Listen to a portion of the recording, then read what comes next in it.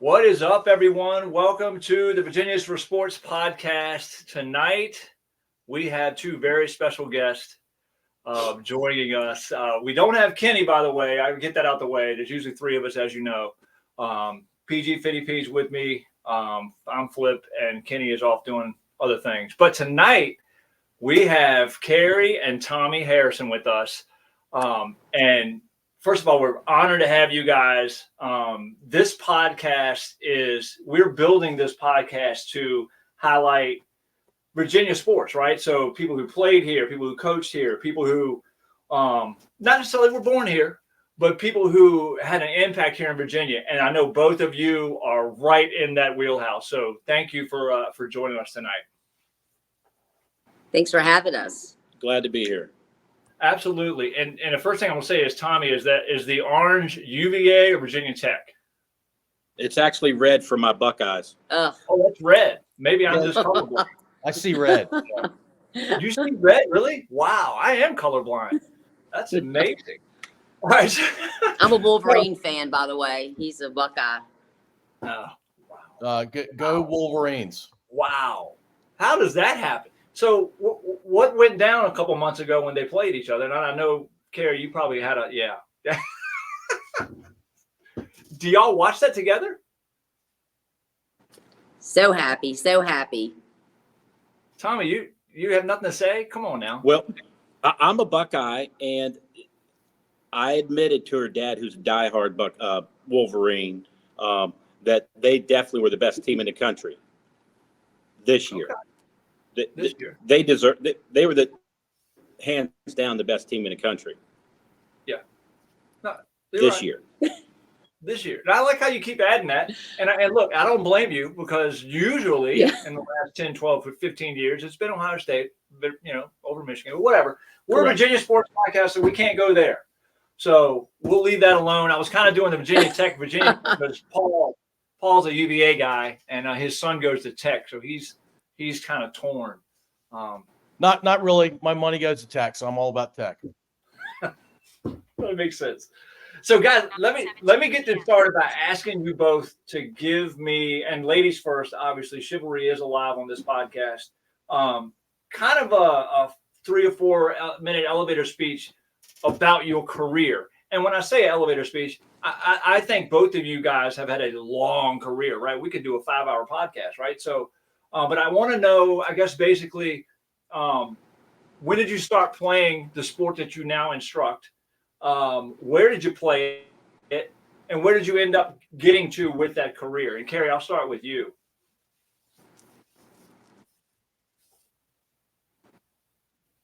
Could you hear me?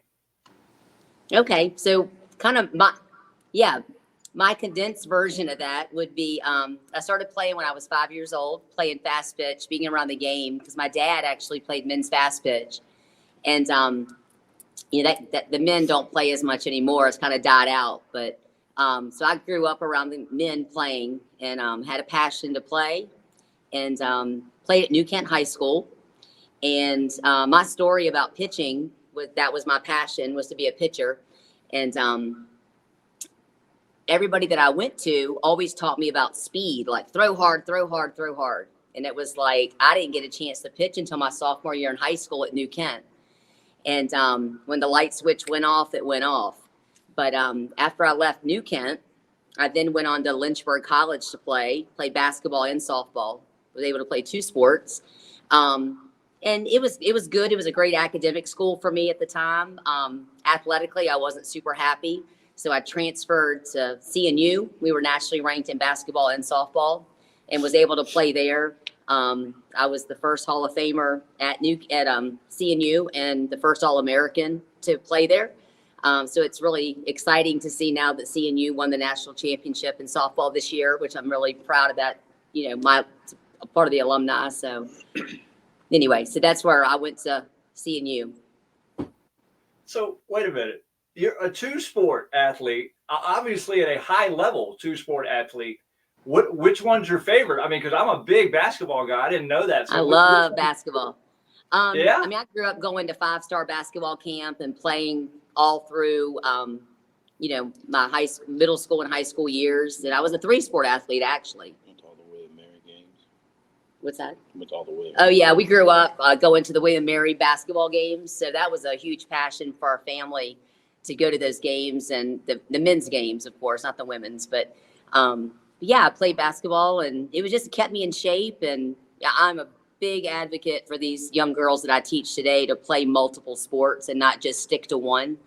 I know as they get older, they kind of have to stick to one, but I just think injury wise and keeping them active and outgoing, and it just gives them an opportunity to branch out and see so much. And I'm grateful that I was able to play multiple sports. No, I think we're going to dig into that a little bit more of what you just said, because I think the old school thinking, and I hate to say it's old school, but I guess I'm getting old, is you play the sport that the season is, right? So if it's fall, you're playing football. If it's winter, you're playing basketball, and so forth and so on. Whereas now, one sport can be year round, and we'll get more into that. But it's good to hear that you like to kind of push. Hey, play as much as you can, and as many different sports as you can. Absolutely. Good stuff. All right, Tommy, what you got for us? Oh, it's my turn. It's your turn. Similar. I grew up in Ohio, Southwest Dayton. Went to Miamisburg High School, which was known for football, obviously first in Ohio. I grew up playing 3 sports as well. Football, I wrestled in the winter, and then, of course, baseball from the time the spring to the next fall hit.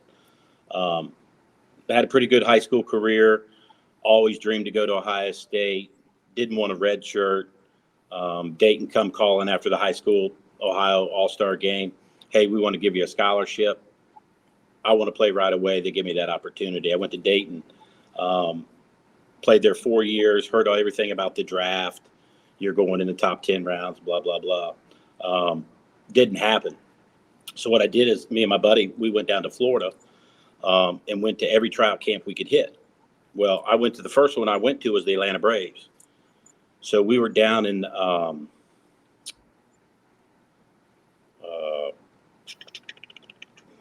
Port Charlotte, down in that area, I think it was. And I worked out and I threw 6 pitches in the bullpen. They said, don't throw anymore. I said, I do something wrong. No, we don't want you to throw. There could be some other teams here. Oh, okay. We'll bring you back later in the afternoon. So I sat around for like 4 hours. Hey, go down and get loose. You're going to pitch in the game. All right. So I go out to the game. I throw 6 more pitches. And the director comes out and goes, stop throwing. I'm like, what? We're going to bring you in the dugout. We're going to talk to you a couple minutes. I said, okay. So I've thrown 12 pitches. I go in the dugout. I'm sitting there all by myself. I'm like, what's going on? Hey, are you staying in a hotel? Yeah, where? Up the street with my buddy. Can you be at such and such hotel by 6 o'clock? Sure. I get there. It's John Sherholtz, Chuck Lamar, the front office people. They said, look, we didn't want you to throw. There might have been some other guys there. We want to sign you. I'm like, okay. What do I need to do? Yeah. Sign this paper. So I signed. So the next day I said, look, I'm going to another one if this doesn't work out. I went down to Seminole, Florida, and worked out for the Angels. I signed with the Braves. 5 minutes later, the Angels called me and say, hey, is it true? What's that? You just signed with Atlanta? Yeah, we were going to sign you. So I was fortunate enough to be able to sign with the Braves as a free agent. John Sherholtz says, hey, we're going to put you in A-ball. And I said, well, what is that? Because I didn't really know. I was 20 years old. He said, we're going to put you in A-ball. It's in Durham, brand new ballpark. It's called the DAP. That's where the ACC tournament's played every year. I said, okay. I said, but A-ball, I said, that's like high school, college kids, isn't it? I said, I've already done that. He said, well, if you do what we think you're going to do, you're not going to be there long. Right. I was there 3.5 weeks and moved up to AA. From there in Greenville, I was there about a month and then brought me to Richmond. That's why I'm here in Richmond today, is the Braves brought me to Richmond. Played in Richmond, met my first wife, my ex-wife, got married at an early age, probably right in my prime. Up and down. Finally, I got called up. I think it was in '95 for 18 days. Oh, how'd it go? Never even put my cleats on. I was in the bullpen hanging out, go back to AAA. Played, 8-10 years, which most don't even get that opportunity. I had a pretty good opportunity. And I finally blew my arm out after so many innings. I think I threw, thousands of innings over the time period. I had Tommy John surgery in 1998. James Andrews, the famous Tommy John surgeon, he said, if you ever want to pitch again, you need the surgery. Let's do it. On the books the next morning, I had surgery. Come back, played another 2 or 3 years, throwing harder, but I just couldn't tell you where the ball was supposed to go all the time. Throw it away, it was in the middle. Throw it in, it was in the middle.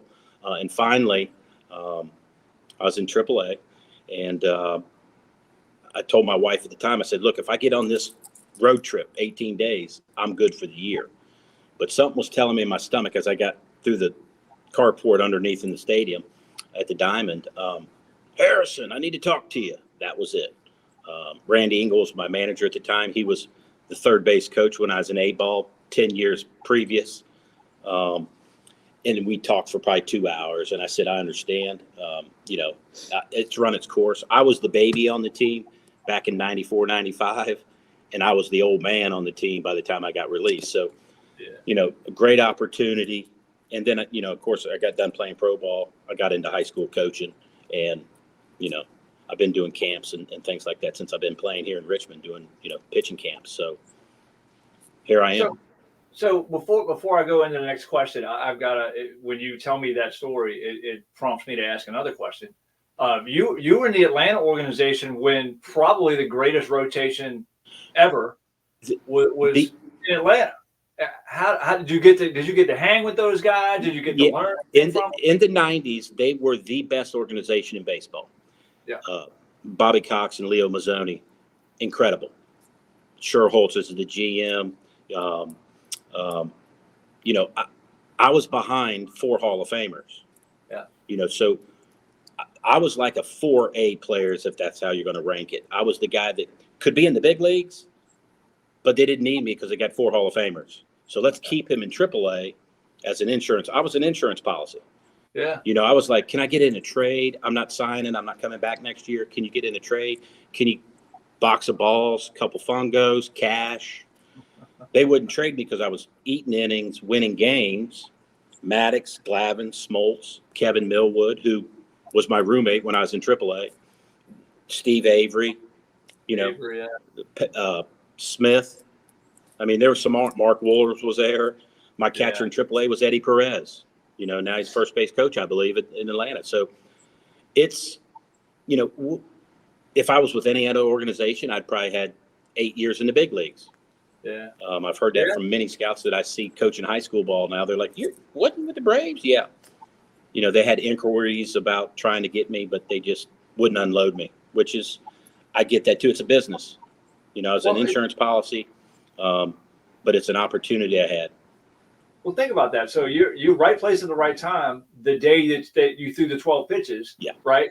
Wrong place at the wrong time where you end up. I mean, it's crazy how it works. So Kerri, tell us, how did you morph from being a 2-sport star in college, Hall of Famer, by the way, which is incredible, into coaching? What drew you into coaching?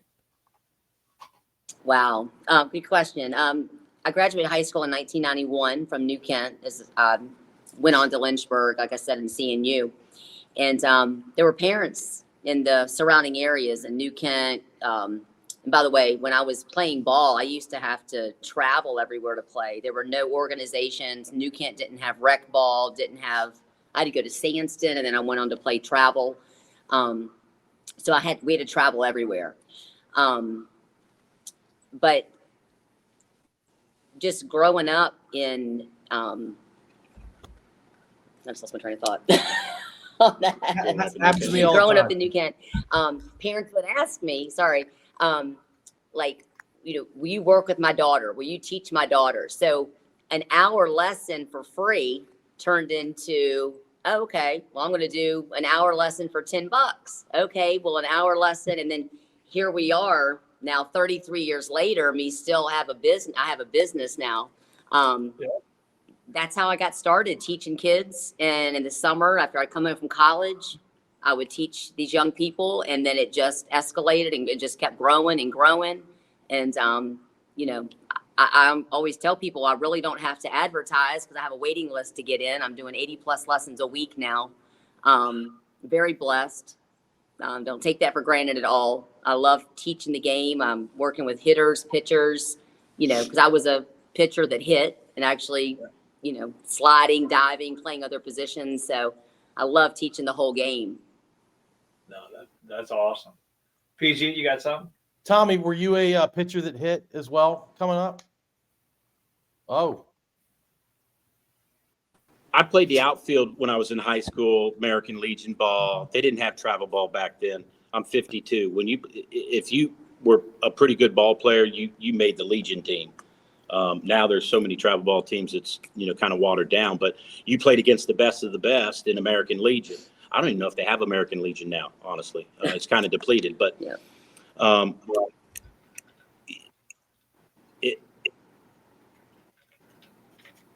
High school baseball, American Legion ball, travel ball, it's different compared to when we played. You know, when it was football season, you had football. When it was wrestling season, I wrestled. But my first passion was always baseball. So, you know, I was always doing something baseball related, you know, all the time. how old were Is that you what when you're kind you? of asking? Yeah, absolutely. How old were you when you first threw a curveball? Well, this is going public, but I tell all my kids and parents that I'll teach you to throw a curveball when you shave.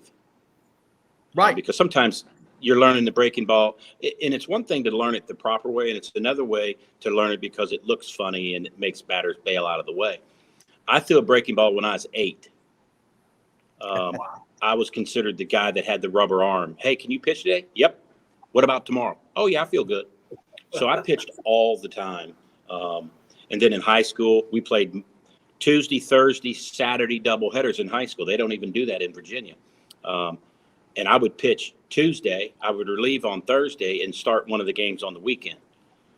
So, I was throwing a curveball at 8. So I wasn't a hard thrower, so I had to have something else. So when I was in high school, I was a breaking ball pitcher. And then as I got to college, I finally grew. Mind you, when I graduated high school, I was 5'8", 140 pounds. I was topping out at maybe 84. So some of these kids nowadays think they throw hard. Okay. I was 5'8", 140 pounds.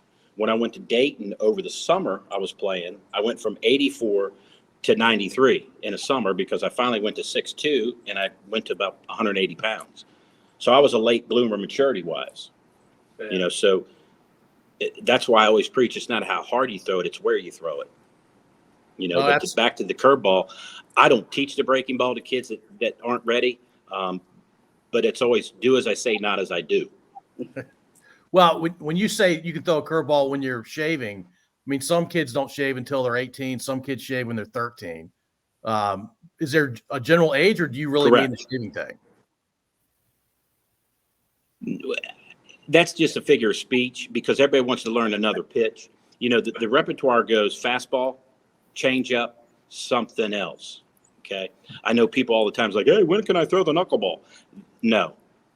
Okay. When you retire, you can do that in the men's league.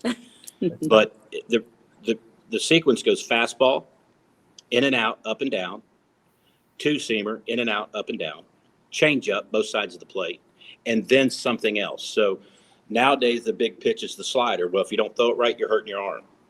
So the breaking ball, I tell kids all the time, I tell parents all the time, if you throw the breaking ball properly, you can throw it 100 times a game. Because most of the time, arm injury doesn't count or happen on the breaking ball. It happens on the fastball. But that's where most people don't think. Gotcha. Hey, so go ahead, Paul. Yeah. So, Kerri, are there pitches in softball that can cause injuries to elbows and shoulders? Yeah. There are. One, it's poor mechanics. I'm very, very particular. And I'm actually known in the area and all over the state, actually, the kids that I work with, as I get labeled as the coach that doesn't like speed. And I do. I love speed. Velocity is really important. But we got to have the accuracy, body control, not kids falling all over themselves, off their power line, elbowing, shoulders. But I can say in all the years that I've coached, I've never had a single shoulder, elbow, or knee injury because I am so particular about the warm-ups and the regimen on how my kids are taught. Not known as the fastest ones, but I've had some flamethrowers over the years. But they usually are late bloomers because they have that foundation. But in my order, I go pretty much, and every kid's different. If they come to me, having been to another instructor, I always work with what they have. I don't think you have to rip every kid apart. It's not cookie cutter. But I do go fastball, off speed, change up, drop, curve, screw, rise in that order. That's a lot of pitches. There's not that much going on in baseball. That's for sure. Yeah, it is. A lot of different pitches. And of course, some kids gravitate towards and they master some better than others, and you kind of throw it out there. But I only take a kid to the next pitch if that pitch is working. Say they're working on a drop ball and it's like they're hammering it out and the ball's breaking, nice little, drop off the table. I'll teach them a drop curve, just get their hips involved, and, they may take it or leave it, but some kids, really do well with those pitches, especially when these hitters love speed, and what do you hear most people that come through the door that need a hitting lesson?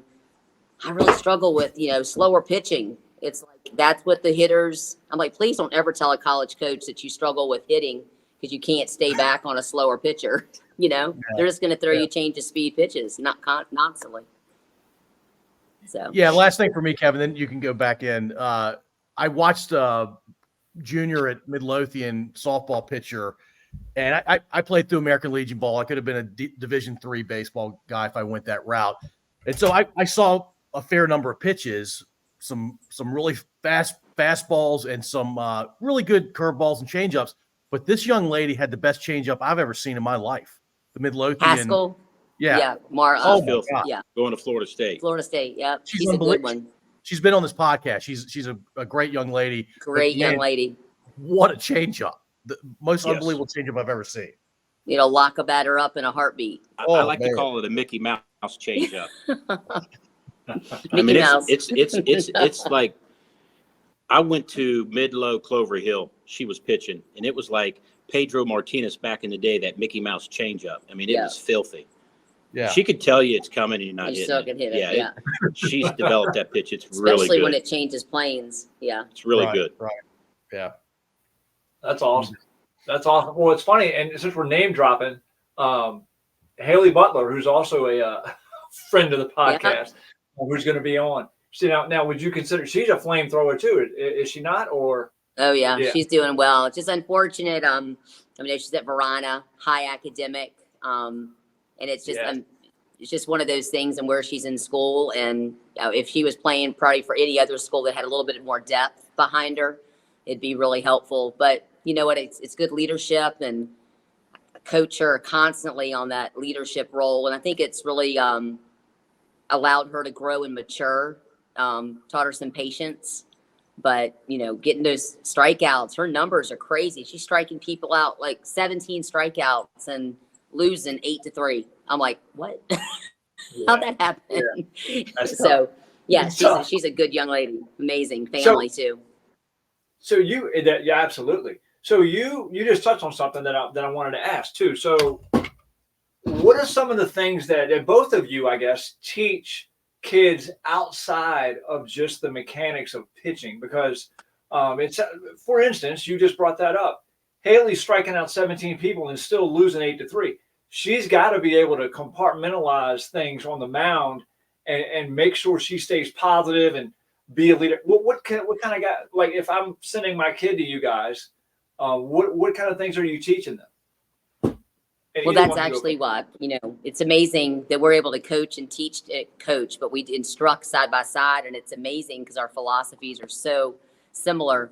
The accountability, working on just teaching kids perseverance. I mean, for me personally, I know Tommy works with some young ladies as well, but as a strong young woman, me growing up, now an older woman teaching, I just love to teach these young girls, teach them confidence, teach them, how to persevere and fight through, integrity, good sportsmanship. It's not just about the W. I mean, we all want to win. I mean, I want to scratch your eyeballs out when I play you. I don't care what I'm playing in, but You know, you still have to be a good sport, and you still have to, you know, you just want to go out there and give 100%, but it's going to carry over into them being mothers one day, leaders in their career, no matter what they end up doing. That's my goal in teaching the big picture of life.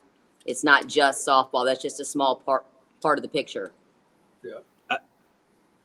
Most of the time, the kids that I have my hands on, I told all my teams when I coach, it's not always, and I tell my parents the same thing, it's not always about wins and losses. You know, what did you take from that win or that loss? You like Haley, for instance, she's a dominator on the mound. She's striking out 20, 21 batters and still losing. Well, you know what?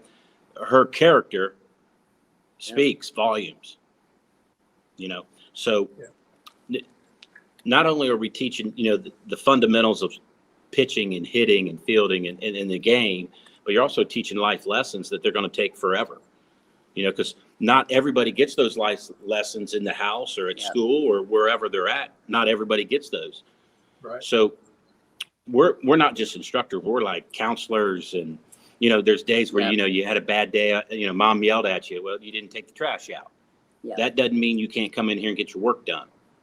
Right. I know she has done this in the past, and she'll always do it. If they're not focused, she calls it, Give them the eject. They get the eject. Sorry, you're not pitching tonight. Get out of my cage. I drove an hour. Should have thought about that. You know, so I just keep throwing for a half hour. They don't get any better. You know, the problem is you need to come in here and focus. You need to practice every day and do the drills that we're giving you, or you're just spinning your wheels. Your dad's driving an hour. He's shooting $50 every time he shows up for you not to practice. I think that's not a good fit. You know, that's not teaching anything. So, you know, it's a hard lesson. You know, go outside, cool off, come back in, let's regroup. It's life lessons. You know, you don't get it done at the job, you're fired. Now you don't eat, you can't pay your bills. This is just a game, you know, so there's more to it than wins and losses. It's the foundation. It's a big thing of life. I preach that with all my teams. Now, don't get me wrong, I want to win, right? But there's more to life than winning. Yeah. So it's funny, things come full circle sometimes with things in life, and now it's about to with this podcast. We've had a couple of baseball coaches. Coach Simondera from St. Chris was one of them, and one of the things we asked Coach was, what are you now having to coach that's different than 30 years ago? Because now we have the Tommy Harrisons and the Kerri Harrisons who are instructing. I mean, they've got an infield coach, a hitting coach, a pitching coach, a how do I spit seeds coach. I mean, there are coaches for almost everything, right? So now, and he said, hey, kids are coming in now, and I'm just more or less teaching them how to the situational things in the game. So, which is great. So Tommy, and I'm going somewhere with this. You coached high school at a pretty high level. You won. Tell us what you won. You won a state championship, correct? Yeah, 2019. 2000. That's recent. Did you see the same kind of things? Well, I always tell people this, you know, and I hear horror stories or good stories about other coaches, and I always tell my players, my parents in my meetings, I don't care what anybody else is doing. This is what we're going to do here. When I was up in Stafford, I did the same thing when I was at Atlee. This is what we're going to do. We're going to control what we can control. Back to Haley. She strikes out 21. Control what you can control, right? So that goes about character building and integrity and all that. Preaching fundamentals, that's a lost art, you know, because there's so many travel ball teams out there. There's so many coaches that played at college, and they come in and they show up and they get a group together for the weekend. They might not even know the kids' names, but they got this group together. They're not learning anything. They're just playing games. Hey, if you want to steal. We call that a manager. You know, it's that's just not kind coaching. Yeah, they're just kind of managing the field, where coaching to me is fundamentals, you know, how to field the ground ball properly, how to attack the baseball, how to take good routes in the outfield. Hitting, you'll never hear me say launch angle, bat speed, you know, step in the bucket, drop and drive, all those things that you hear sometimes. It's about, what is your job as a hitter? Runner on first base, move them over. What's your job? Get them in. I don't care how it happens. Teams lose all the time. They got runners in scoring position less than 2 outs. What's your job at the plate? Not to strike out looking. And it happens night after night at the high school level. Why? Because they're trying to be the hero. You're going to be the hero if you hit that little dribbler to second. You know, so I preach it. I preach it every day. I went to a high school game the other day, and I left about the 3rd inning because it was just painful to watch because the kids were walking on the field and walking off the field. That doesn't work for us. And the parents and it happens. I mean, Not it at happens. all. And the parents are like, "Good job, World Series," because he caught the fly ball. That's routine. I preach routine. ESPN is not coming to your high school baseball game or your travel ball game. ESPN is not going to be there. So make the routine play, you know, field ball, throw it across. The guy over there catches it, steps on the white pillow. Pretty simple game, right? Get on, get over, get them in. That's baseball. The art of bunting has been lost. Everybody's with the 3-run homer.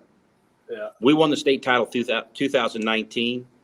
As a team, we hit 1 home run. We won the state title. That's impressive. Nice. We I love ran that. the bases like you're supposed to. We took the extra base on a single, you know, first to third on a single. You know, we played sound defense. I think we made 16 errors as a team in 30 games. You know, we threw strikes. My number 1 pitcher threw 83 miles an hour. You hear all these high school kids that are throwing 90 and losing.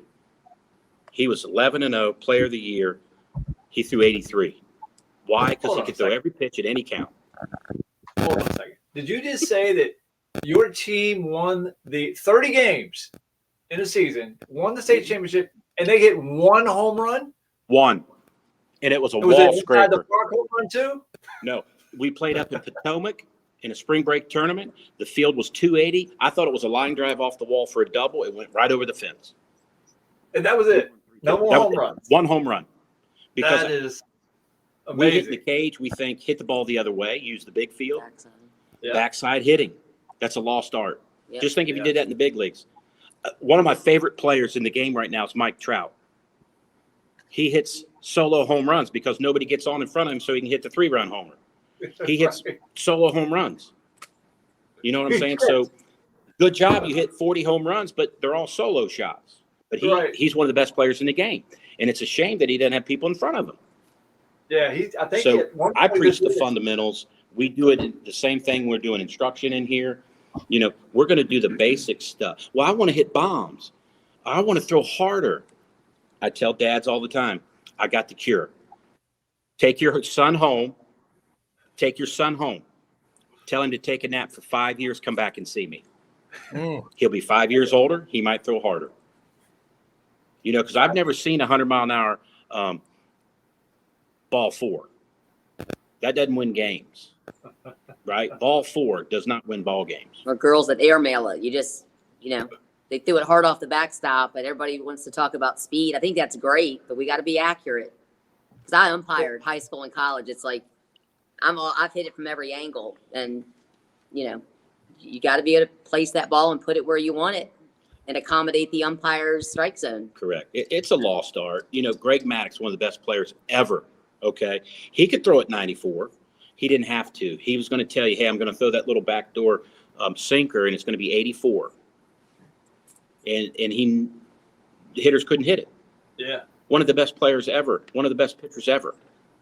84, 87 tops. When he had to run it up there when he was with the Cubs, 93, 94.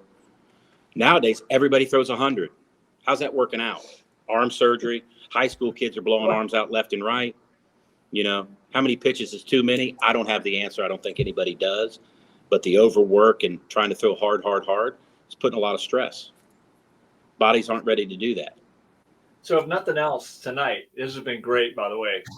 I've got a new strategy, the 5-year nap. So that right there is I'm going to use that. People laugh all the time, but hey, I told you when I was in high school, I topped that at 83. I finally grew, right? I was all about mechanics. My dad would say, get your leg up. You're not picking your leg up. You're not using your legs. I heard that. I still hear it. He's 77. He still tells me how to play golf, right? So it was ingrained. So I'm big on if you do the mechanics and trust we both say this. It's a process. You have to trust the process. You're not going to get it in a day, because right about the time you think you're a good hitter, we're going to have to work on something else. Yeah. Right? Oh, you're stepping in the bucket. Oh, we stopped stepping in the bucket. Now we're not keeping our eyes on the ball. You can't hit what you can't see. So there's always something. Those guys in the big leagues, they take 500 swings every day. Yeah. Hell, we can't get kids to, hey, swing the bat 200 times a day. Can you do that? Oh, yeah, I can do it. They come back the next week, they hadn't picked up a bat. Well, we were busy. If you want to play at the next level, you don't have time to be busy. Yep. Cell phones, girls, jobs, TikToks, Snapchats, and tweets, and video games. Video games, man. It's how many kids you see outside playing? You don't. It's a shame. It is. It's a shame. It is. So you just mentioned a 4-letter word that I actually adore, and it often has me spewing other 4-letter words, and that's golf. So because Paul and I are I'm not even going to say we're decent golfers. We can get the ball off the tee.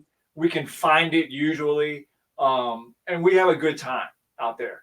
But I believe you. Tell us about your love for the game of golf. Like, what did you guys like? When did you start playing together? And because you live the dream, for me at least. Y'all get to go to the places y'all go to. What it is about golf that you love? You want to go ahead? You want me to start? Well, we're both so competitive, and we were dating and started playing, and he's had a lot of patience with. I played golf before we met, so I've just always had a love for the game and the sport, and just it's like you hear about a number of people say this, but you're competing with yourself. You're competing against the people you're playing against in your foursome, or in our case, twosome sometimes, because we just play together a lot. You're playing against the course. You're playing against your past score. You're trying to lower your handicap. There's so many facets of that game that are just amazing to me. And we come off the course. So I'm like, why didn't my dad get me into golf when I was younger? I wish I'd have started younger, but it's so relaxing. But yet we're so competitive and want to score, and I want to beat him all the time. So we just started using our net and gross. I've just always scored, and you got his score and I've got my score. And I said, wait a minute, something's not right here. I've got a handicap. You got a handicap for a reason. Why are we not utilizing that? So yes. I think if we're using handicaps, I'm taking all his money. Right? All his money. Is it my turn? Yeah, absolutely. I agree with her. I didn't start playing golf till I got into pro ball, and it was something to do at spring training. It's like, hey, you playing this weekend? No, I'm pitching in the game. I can't make it. We're playing tomorrow. I'm in. And I was hitting balls sideways and backwards, swinging out my shoes. When I was in Ohio, my dad played all the time, and he was in the golf league or whatever. But golf season in Ohio is the same season as baseball, weather-wise. So I'm not playing golf. I'm playing baseball. So I never really I'd go to the driving range. What do? You pull out the driver, try to see how far you can hit it. And then when I started playing pro ball, it was like, well, if I want to play with that group over there, I've got to figure something out. So I never had a lesson. I just kept hitting and figuring things out with grip and stance and turn and whatever, swing planes and things. And then I just kept playing and kept playing and kept playing. And, we joined Hanover. And then we went to the Hollows and played, and then we joined the Federal Club, and now we're at Bristol at the Virginian, which is amazing. We love it. We've had an opportunity to play some really, really nice places. Sawgrass. Nice. We went to TPC Sawgrass the week after the Players. It's immaculate, and that was just an incredible experience. Time out. You played Sawgrass. How do we do on 17? How do we do on 17? I hit it to 2 feet. I did. You did. I hit it to 2 feet. I was so nervous I was going to miss that birdie putt. We got 2 birdies. Yeah. I had a downhill putt. I was shaking in my shoes. I was shaking in my shoes. I mean, it was crazy. But I will tell you guys, walking on 15 And I'm just walking, I look, and then all of a sudden you see what you see on TV. 16, it was 17, just, 18. I can't even tell you. When people say, take me to your happy place, Breath- that's my happy place. breathtaking. I will never forget that. But yeah, That's- that was an amazing trip. So this is the thing. I love to plan things and I get excited for surprises. So I'm always planning some kind of fun trip to go somewhere and do like Pinehurst and Sawgrass and a lot of, we've been doing so many different ones, but down in Naples, and I like to surprise him. So that's kind of how the whole golf thing, we have quite a few still on our list, but. Okay, so without bragging, screw it, brag all you want. What's your best round, Kerri? What's your best round? 79 at the Federal Club. That's the lowest I've shot. But it's not broke consistent. 80. I have to say that. I'm 85, 86. Putt's not falling, 88, 89. I think Paul just threw up in his mouth. All right, Tommy, what did you Best What- I've ever what's your shot, best? 68. The best I've ever shot at the Federal, I think I shot one under less than a month ago. And this is how rough golf is. I shot 71. I was feeling great, right? Fairway, green, putt, go to the next hole. The very next day, I shot 84. So that's how quick it can happen. Playing the same course, Yeah. it's still it's a, I tell people all the time, golf's the hardest sport to play is baseball. The greatest athlete in the world tried to play baseball, had to go to basketball. The next greatest athlete ever hits it off a little tee like this. His name's Tiger Woods. So he hits it, the ball's not moving. That's what I'm saying. It's looking at you, not even moving. It's- That's harder than a ball that's moving 60 You know, miles an hour. Michael Jordan, I think, is one of the best athletes ever. It is what it is. Of course, his era and LeBron and all that. But he tried baseball, played in Birmingham. It didn't go well.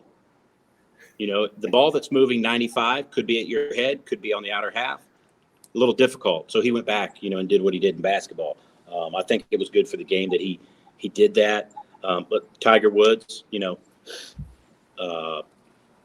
he's, I think he's tops. Jack Nicklaus, so. All right, hold on. You because you might be answering my dream question.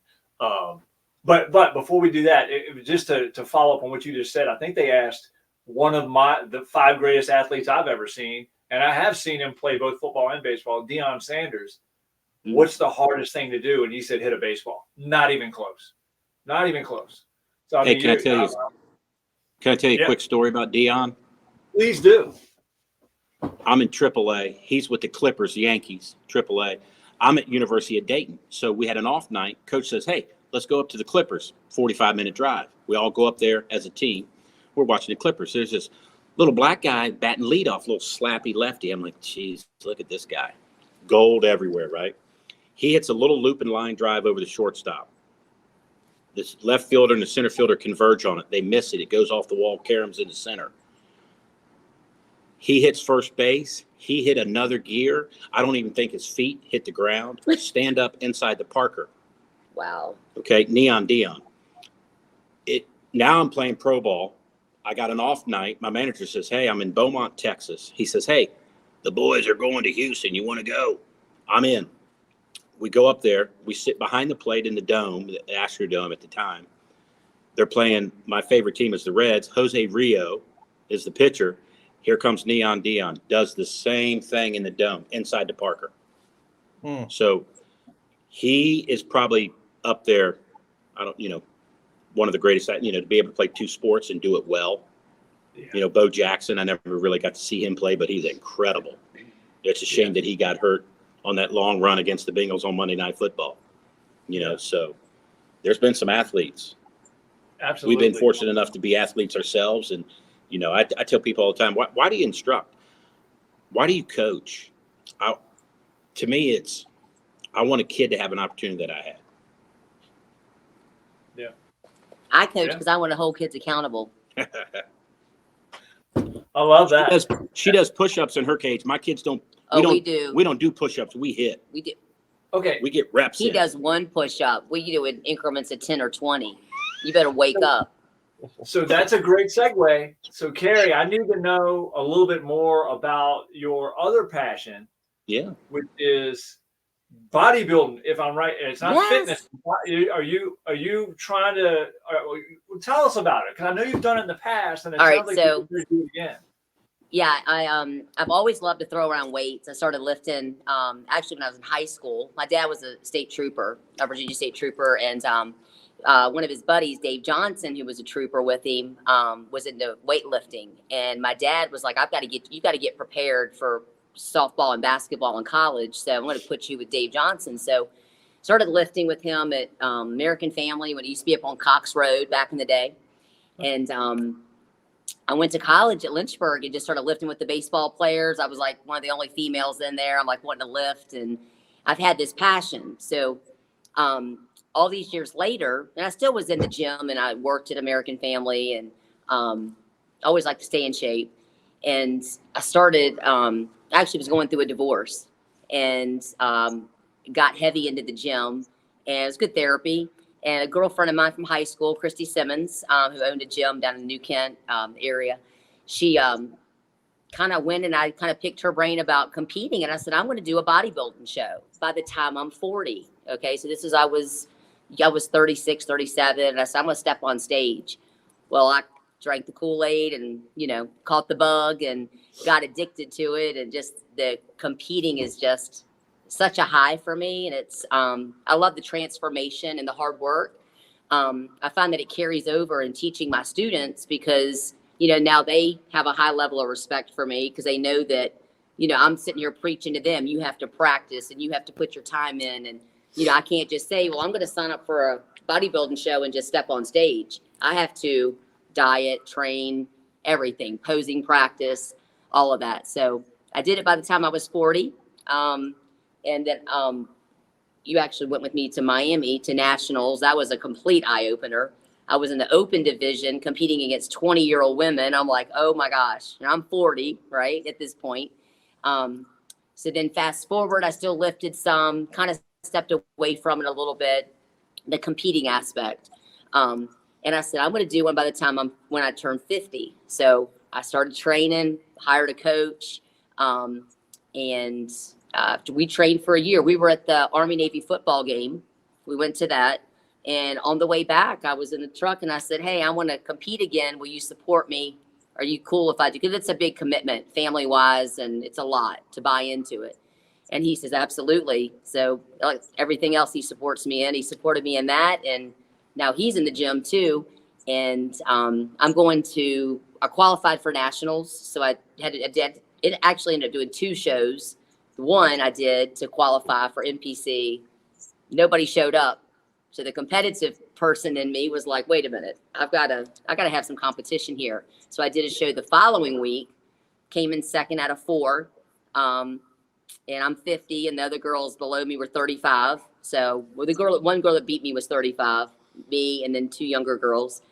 So now I'm going to nationals in Pittsburgh, and I'll be competing in masters, the masters division, which is awesome because it's going to be in my own age group.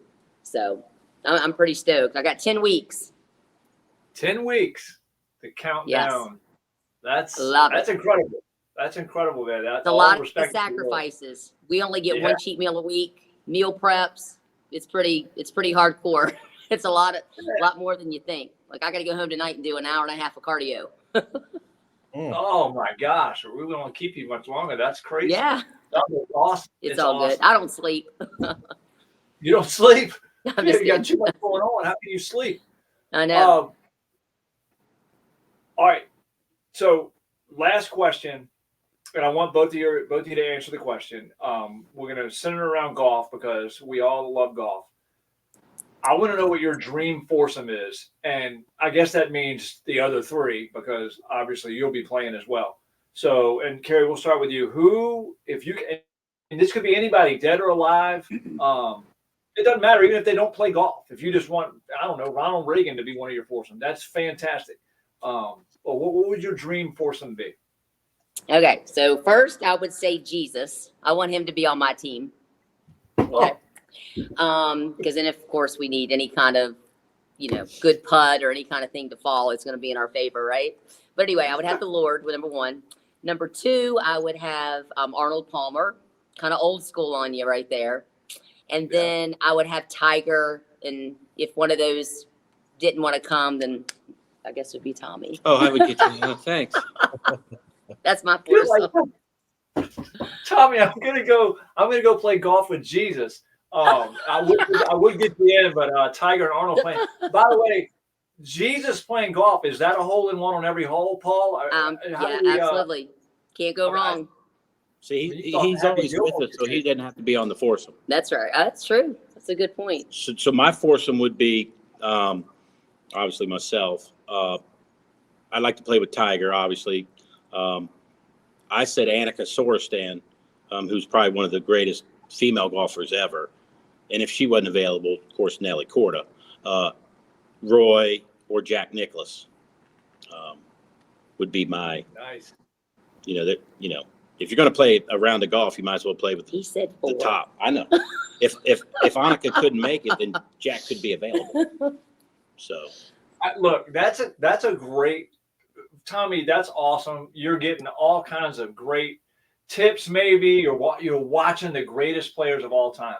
Kerri, you are talking to Jesus for 18 holes. I don't even know. That just kind of blows my mind. That would be incredible. I wouldn't even care what I hit on this. I want to go back to the cart and talk to Jesus. Anyway, that's fantastic. So, by the way, Paul, I asked what your dream foursome was, and he said the people on the screen right now. So, if we ever want to get together and you Let's guys do it. try to find my golf ball, we're all for that.